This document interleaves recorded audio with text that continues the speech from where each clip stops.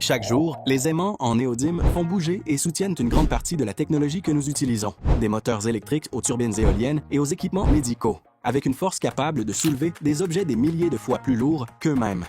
Mais comment parvient-on à fabriquer des aimants avec une telle précision et une telle puissance? Pour le découvrir, nous nous sommes rendus en Chine et avons pénétré dans l'une des plus grandes usines d'aimants au monde. Alors, reste jusqu'à la fin pour découvrir ce processus fascinant et n'oublie pas de t'abonner et de liker la vidéo. Avant de parler des aimants en néodyme actuels, il vaut la peine de revenir un peu en arrière pour comprendre comment nous en sommes arrivés là. En 1885, le chimiste autrichien Karl Auer von Welsbach identifia le néodyme en le séparant du didyme grâce à la spectroscopie, une technique qui analyse la lumière pour distinguer les éléments. À cette époque, les aimants étaient bien loin de ce que nous connaissons aujourd'hui. Pendant des décennies, les aimants en alnico dominèrent, un alliage d'aluminium, de nickel et de cobalt développé dans les années 1930 aux États-Unis et au Japon. On les obtenait en faisant fondre les métaux, puis en les versant dans des moules, afin que leurs propriétés magnétiques s'alignent lors du refroidissement. L'inconvénient? Ils étaient peu puissants pour leur taille. Si l'on voulait plus de force, il fallait plus de volume et de poids, ce qui compliquait tout design compact. Puis, dans les années 1950, apparurent les ferrites céramiques. Elles étaient produites en pressant des poudres d'oxyde de fer avec du barium ou du strontium, puis en les fritant dans des fours à haute température. Elles étaient peu coûteuses et faciles à fabriquer, mais leur puissance ne dépassait guère 0,4 Tesla. Cela limitait la miniaturisation des moteurs, des haut-parleurs et des dispositifs électroniques. Le changement radical arriva avec le néodyme. Cet élément permit d'atteindre des densités magnétiques jusqu'à 10 fois supérieures, ouvrant la voie à des technologies plus petites et plus efficaces. Disques durs compacts, écouteurs sans fil, drones, robots et bien plus encore. Le grand tournant eut lieu en 1982. De manière indépendante, des chercheurs de General Motors aux États-Unis et Masato Sagawa au Japon développèrent l'alliage néodyme-fer-bore. Non seulement il multiplia la force magnétique, mais il élimina aussi la dépendance au cobalt, qui était coûteux et rare. Le néodyme, bien qu'il soit considéré comme un métal rare, est extrait de minéraux relativement accessibles, ce qui permit de produire des aimants à grande échelle. Alors, comment fabrique-t-on à grande échelle les aimants les plus puissants du monde? Tout commence dans les mines de terres rares, la source du néodyme. Ce métal argenté et réactif fait partie d'un groupe de 17 éléments essentiels à la technologie moderne et à l'énergie verte. L'épicentre principal se trouve à Bayan-Obo, au nord de la Chine. Un lieu aride, isolé et gigantesque qui produit plus de 70% du néodyme mondial. Imagine une vaste étendue désertique parsemée de cratères colossaux. Ce sont des mines à ciel ouvert où d'immenses excavatrices, telles des bêtes mécaniques, travaillent jour et nuit, déplaçant des milliers de tonnes de roches sous le soleil brûlant ou les nuits glacées du désert de Gobi. Le minerai recherché est principalement la basnésite ou la monazite, des roches formées il y a des millions d'années par une activité volcanique et riche en oxyde de terre rare. Tout commence avec des foreuses qui percent le sol jusqu'à 15 mètres de profondeur. Des explosifs, soigneusement calculés à l'aide de logiciels en 3 dimensions, y sont placés pour fragmenter la roche en blocs plus faciles à manipuler et réduire au maximum la poussière libérée. Après les explosions, les camions géants entrent en action. Chacun peut transporter jusqu'à 300 tonnes, soit l'équivalent de 50 éléphants africains. Ils parcourent des haies par des routes USA poussiéreuses et sinueuses pour acheminer le matériau vers les usines de traitement voisines. C'est là que commence la transformation. La roche passe dans d'immenses concasseurs à mâchoires et à cônes. D'abord, elle est réduite à des fragments de la taille d'une balle de tennis, puis à des grains aussi fins que du sable de plage. Cette étape sépare le minerai utile de celui qui ne l'est pas, mais elle nécessite énormément d'énergie et des litres d'eau pour éviter la surchauffe des machines. Vient ensuite la phase de classification. On utilise des tamis vibrants et des systèmes de séparation par densité à base d'eau et d'air. Dans ces cyclones hydrauliques, les particules les plus lourdes, celles qui contiennent les terres rares, se séparent des plus légères. Après avoir broyé et séparé la roche, commence la partie chimique du processus, la lixiviation. Cette poudre minérale est mélangée à des acides forts, tels que l'acide sulfurique ou chlorhydrique, à l'intérieur d'immenses cuves en acier inoxydable. Imagine d'énormes chaudrons industriels avec de gigantesques agitateurs remuant sans cesse le mélange. L'acide dissout les oxydes et crée une solution liquide chargée d'ions de terre rares. Cette boue est ensuite filtrée pour retirer les résidus solides. Mais voici le véritable défi. Le néodyme ne vient pas seul. Il est mélangé à d'autres éléments très similaires, comme le praséodyme, le cérium ou le lantane. Tous partagent presque le même comportement chimique, ce qui rend leur séparation loin d'être simple. Pour cela, on utilise une méthode appelée extraction par solvant. On y ajoute un composé organique, généralement du kérosène combiné à des extractants tels que le DEHPA. Ce solvant agit comme un aimant chimique qui s'attache uniquement à certains ions. Le mélange passe par plusieurs étapes à l'intérieur de hautes colonnes d'extraction, semblables à des tours industrielles. À chaque phase, le solvant capture un type spécifique d'ion et le sépare des autres. Et ce n'est pas un processus rapide. Pour atteindre une pureté de 100%, il peut falloir jusqu'à 100 étapes. L'avantage est que les solvants sont recyclés afin de réduire les coûts et les déchets. Une fois isolé, le néodyme est précipité en ajoutant une base telle que l'hydroxyde de sodium ou d'ammonium. Cela forme une boue insoluble de couleur vert bleuté. Ce matériau est filtré dans d'immenses presses, rincé à l'eau pure pour éliminer les impuretés, puis séché dans des fours rotatifs. L'étape suivante est la calcination. Il est chauffé à environ 900 degrés dans des fours spéciaux pour être transformé en oxyde de néodyme, une fine poudre grise composée de particules microscopiques. Lorsqu'il est prêt, il est emballé dans des fûts en acier inoxydable d'environ 200 litres. De là, il parcourt des milliers de kilomètres par train ou par bateau, généralement depuis la Chine vers des usines situées dans des pays comme le Japon, l'Allemagne ou les États-Unis. Et c'est dans ces lieux que commence la partie la plus impressionnante, la fabrication de l'aimant. Mais avant d'entrer dans cette étape clé du processus, n'oublie pas de t'abonner et de commenter quel autre processus tu aimerais découvrir sur notre chaîne, comment c'est fait, comment ça marche. Maintenant, poursuivons. Imagine l'usine comme un gigantesque laboratoire. Chaque zone y est à température contrôlée, avec une faible humidité et des atmosphères sans oxygène. Ce n'est pas un caprice. Le néodyme est si réactif qu'il peut s'oxyder en quelques secondes, perdre de la puissance, ou même s'enflammer spontanément. La première étape consiste à créer l'alliage.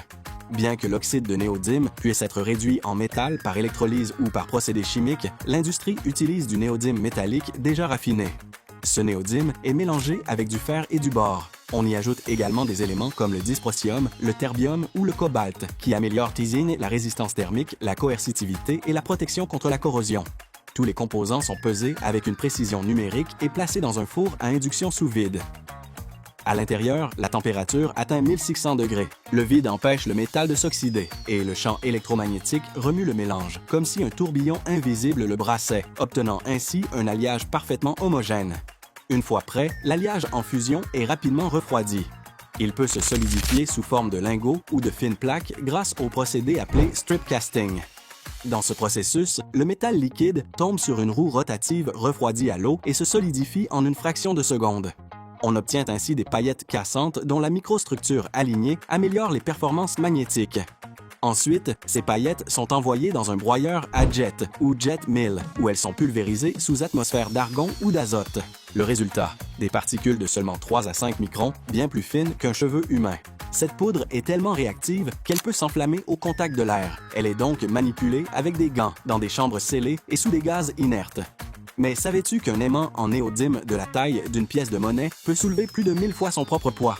Oui, un seul centimètre cube peut supporter jusqu'à 10 kg, comme si un dé pouvait porter un enfant de 3 ans. Passons à l'étape suivante. Le pressage. La poudre ultra fine est introduite dans des moules en acier ou des matrices hydrauliques, puis compactée sous d'énormes pressions, entre 100 et 200 mégapascales. Pour donner une idée, cela équivaut à la pression qui règne au fond de l'océan, à environ 10 km de profondeur. Mais il ne s'agit pas seulement de pression. Pendant la compaction, un champ magnétique externe allant jusqu'à 2 Tesla est appliqué, généré par des bobines électromagnétiques supraconductrices. Pourquoi? Pour aligner les domaines magnétiques, ces minuscules régions atomiques qui fonctionnent comme de petits aimants. S'ils ne sont pas correctement orientés, le résultat serait un aimant faible et inefficace. Grâce à cet alignement, on obtient un aimant anisotrope, c'est-à-dire avec un magnétisme dirigé et une puissance bien supérieure. Sans ce champ, on n'atteindrait qu'environ 60% de la force finale. Les pièces compactées, appelées compacts verts, ne sont pas encore solides. Elles ont la consistance d'un biscuit de sable ou d'une argile humide. Elles sont très fragiles, c'est pourquoi elles sont manipulées par des robots ou avec des outils spéciaux afin d'éviter les cassures ou la contamination. Vient maintenant l'étape critique, le frittage. Les compacts sont placés sur des plateaux en céramique ou en graphite et introduits dans un four sous vide ou à atmosphère contrôlée, généralement avec de l'hydrogène. Là, ils sont chauffés à une température d'environ 1150 degrés Celsius pendant 4 heures. Ils ne fondent pas, mais les particules se soudent entre elles par diffusion solide, compactant le matériau jusqu'à presque 100% de sa densité idéale. Ce processus élimine les pores et les faiblesses internes. Imagine un gâteau. Au début, le volume peut légèrement se dilater, mais ensuite, en refroidissant, il se contracte d'environ 15 à 20 %. C'est pourquoi les moules sont conçus plus grands et avec des tolérances précisées afin de compenser ce rétrécissement. Pendant le fritage, des capteurs de température et de vide surveillent tout le processus pour éviter des défauts tels que des fissures ou des séparations internes. Une fois la cuisson principale terminée, le refroidissement doit être lent afin d'éviter les tensions internes susceptibles de provoquer des fissures. Mais ce n'est pas encore terminé. Un traitement thermique de vieillissement est ensuite appliqué à environ 500 degrés pendant plusieurs heures supplémentaires. Cette étape finale stabilise la phase principale, néodyme fer-bore, celle qui confère la force magnétique, et forme des phases riches en néodyme sur les bords, agissant comme des encres qui maintiennent les domaines fixés. Après le fritage, les blocs sont désormais solides et extrêmement durs, presque comme le diamant. Mais ils n'ont pas encore leur forme finale, il faut donc les usiner, et cela est loin d'être simple. On utilise des outils à pointe de diamant, la découpe au jet d'eau sous pression ou l'électroérosion pour leur donner la géométrie exacte. Une fois leur forme finale obtenue, le grand ennemi du néodyme apparaît, la corrosion. Ce matériau réagit rapidement avec l'humidité et l'oxygène, formant des oxydes blancs qui le rendent cassant. Dans un environnement humide, il pourrait se détériorer en quelques mois s'il n'était pas protégé. C'est pourquoi chaque pièce passe par un nettoyage ultrasonique avec des solvants et des acides doux avant de recevoir un revêtement protecteur. Plusieurs techniques existent. La galvanoplastie, la déposition physique en phase vapeur ou la pulvérisation cathodique. Le revêtement le plus couramment utilisé est une triple couche de nickel-cuivre-nickel. Le cuivre favorise l'adhérence, tandis que la couche externe de nickel agit comme une armure anti-corrosion. Fait curieux, les aimants en néodyme possèdent encore une faiblesse majeure. S'ils dépassent leur température de Curie, autour de 320 degrés, ils perdent leur magnétisme. La chaleur désorganise les domaines comme si des soldats se dispersaient en pleine formation. Pour éviter cela, dans des applications exigeantes, on ajoute des éléments tels que le dysprosium ou le terbium, qui permettent de fonctionner près de 200 degrés sans perte de puissance, une caractéristique essentielle pour les moteurs électriques ou les turbines éoliennes. Une fois fabriqués et revêtus, ils ne sont pas encore des aimants actifs. Pour les réveiller, on les place dans un magnétiseur qui envoie une impulsion extrêmement puissante, comprise entre 3 et 5 Tesla, soit des milliers de fois plus intense que le champ magnétique terrestre. Cette impulsion ne dure que quelques millisecondes, mais elle aligne définitivement les domaines du matériau. À partir de ce moment-là, ils sont manipulés avec le plus grand soin, à l'aide d'outils non ferromagnétiques et de séparateurs spéciaux, car ils peuvent attirer des objets avec violence, effacer des cartes ou interférer avec des stimulateurs cardiaques. Le contrôle de la qualité ne laisse rien au hasard. On mesure la force magnétique résiduelle, la résistance à la démagnétisation, la densité de flux et le comportement hystérétique du matériau. Ils sont également examinés au microscope pour détecter d'éventuelles fissures et testés mécaniquement contre les chocs. Seuls ceux qui respectent les normes passent à l'emballage. Les autres sont démagnétisés et recyclés. Pour leur transport, ils sont placés dans des boîtes avec des entretoises antimagnétiques et, dans certains cas, portés temporairement au-dessus de leur température de Curie afin d'éviter tout accident pendant l'expédition.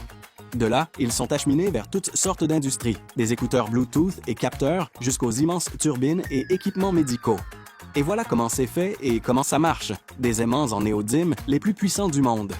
Dis-moi, qu'as-tu pensé de ce processus? Je lirai tes commentaires avec attention. Abonne-toi et laisse un j'aime pour ne pas manquer la prochaine vidéo. À la prochaine!